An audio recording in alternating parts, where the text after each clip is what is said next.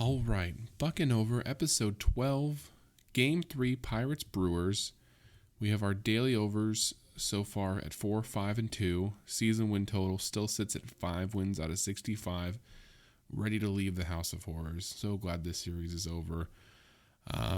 Mitch Keller on the bump, the future Cy Young Award winner, against Brandon Woodruff. Keston Hiura showed up, took Kutch's spot in the batting order, and the Brewers remembered that he absolutely rakes against the Pirates. And then, the 2 and 3 hole hitters for the Pirates, it's time for them to wake up. Time for them to step up and start earning their place. Instant reactions, recaps, all of that coming up on this episode of The Buck and Over.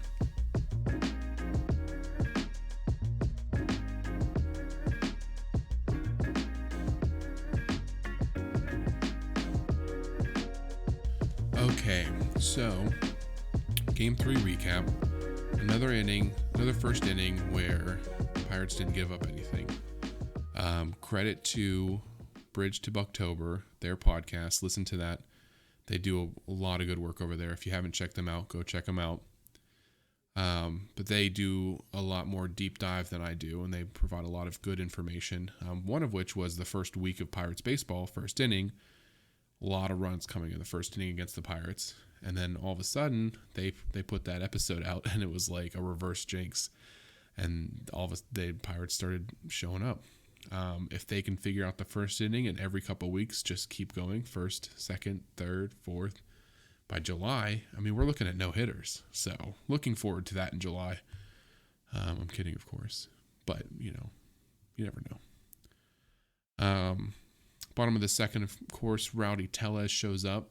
Homered yesterday, homered again today. Puts the Brewers up 1-0. Mitch Keller battled. He got out. He got quick outs. He used a lot of fastballs.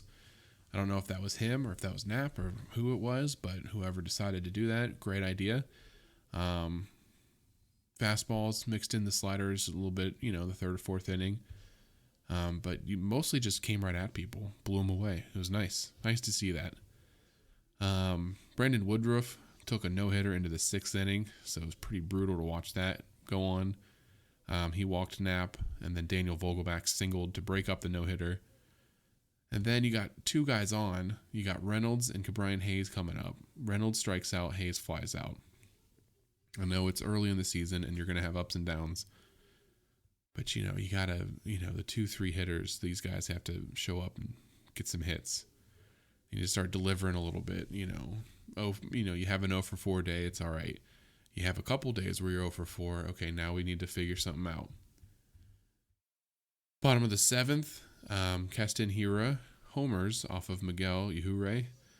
That scored Renfroe and Navarez, and that made it 4-0. Keston Hiura is also on the list of players I don't like. The Brewers pretty much have everybody I don't like on their team for one reason or another. Either I just don't like them because they're good, or I don't like them because of their face. I don't know. It's all right. Brewers all suck, except for McCutcheon, but he sucks too for going there. Top of the eighth, Brian Reynolds walks. He drew a walk after Michael Chavis and Kevin Newman singled. And Ke'Bryan Hayes did show up this time. He hit a single, which scored Chavis and Newman 4-2. And you're thinking, okay, we got 6 runs. The over-under's at 7.5. We just need we need 2 more runs. We got Yoshi at the plate.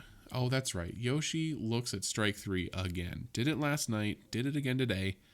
Dude doesn't lift the bat off his shoulder. It's, I was chatting with one of the guys on Twitter, and it was like, it just makes you nauseous just watching him stand there with the bat on his shoulder, just waiting. I don't know what he's waiting for. At least if you're swinging, missing, like, oh, you got fooled, or oh, you're trying. But to look at strike 3 so many times in the first week is just, I don't know. He looks tired. He looks uninterested. I don't know. We'll see. We'll see what happens in that development. And then in the top of the ninth, it's Josh Hader time, who so far this season coming into today, 5 innings pitched, 1 hit given up, and 5 saves. Could not stop Michael Chavis from getting a single, though, because that dude just freaking rakes. He could be the team MVP at this rate. See what his batting average is. Is it over 5? I don't think it's over 5. Michael Chavis, exactly at 500. He went 2 for 2 today, scored a run, sitting right at 500. He pitched for Josh Van Meter today. And that was the final, 4-2. So no over, no Pirates win towards 65 wins. We're in a bit of a skid. Of course, we knew this coming into Milwaukee that you may not get as many wins as you'd like. You hoped you could sneak one, but Milwaukee's going to be a tough place to play this year, next year, maybe the following year. They just are. Great silver lining. Chavis 2 for 2 when he pinched hit for Van Meter, so that he's still hitting. I think he's earned his way into, a daily spot in the lineup, whether it's at first base, second base, right field. He needs to be in that lineup every day, I think. Let the other guys rest. Bring in Tucker if you want to keep trying him out. That's fine. But you got to find a spot for Chavis every day in this lineup. He needs to play all 4 games against the Cubs coming up.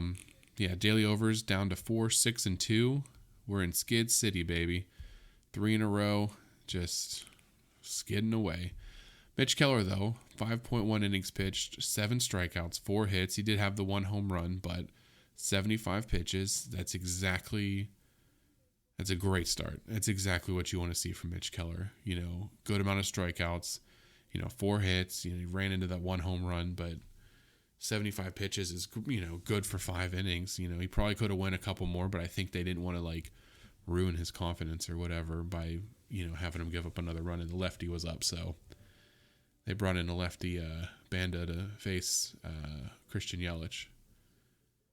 But I think that's very encouraging.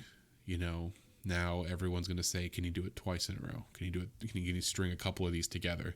That'll be the next question. But for now, let's ride the high. Mitch Keller looked good. He looked really good today. Fastball command, blowing it by people. Mixed in the slider a little bit, second time through the lineup. Well, that's what you want from Mitch Keller. You can't ask him for anything more. Pretty poopy game otherwise.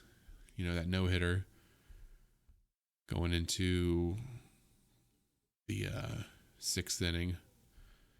And the other note, Keston Hiura hit his home run. He has 37 career home runs. 11 of them are against the Pirates. That's 30%. He only hits home runs against Pirates. Well, not only, but 30% is a high number. It's one of the highest percentages of home runs against a single team, I think. So he just knows how to hit the Pirates. It's disgusting. Not a fan of him because he's good. Opposite of Colton Wong, I don't like him. But I don't think I didn't really notice him today. So that was game 3. We're out of Milwaukee. Thank goodness. Now we go to Wrigley. I thought I was going to Wrigley on Saturday, but then I remembered Sun's T-ball pictures, so I guess I'll be a good dad and go do that instead of go to a baseball game in Chicago. Game 1. There was never a doubt. I was always going to the pictures.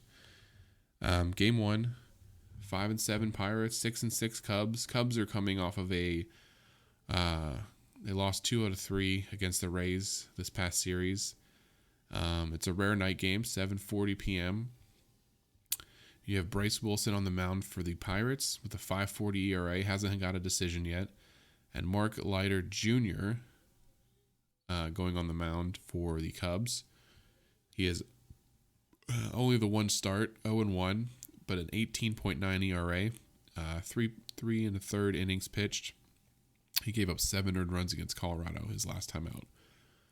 So encouraging news for the over. They haven't posted an over total yet as of the time of the recording. Pittsburgh money line is plus 120.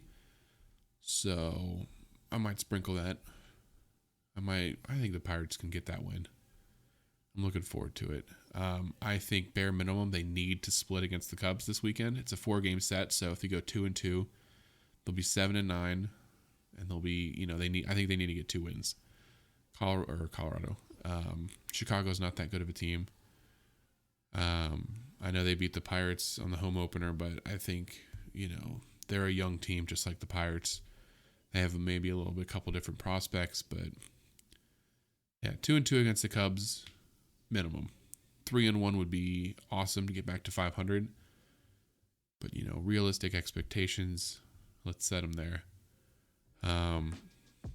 Yeah, this podcast is on YouTube, it's on TikTok, it's on Twitter. I'll be home all weekend, tweeting out with the games, so if you want to come chat there at Buckin' Over on Twitter, come say hi, come give me your thoughts, I'd love to hear them. And until the next one, you know, another double loss tonight. We're going to get out of Skid City tomorrow, though. There's always tomorrow.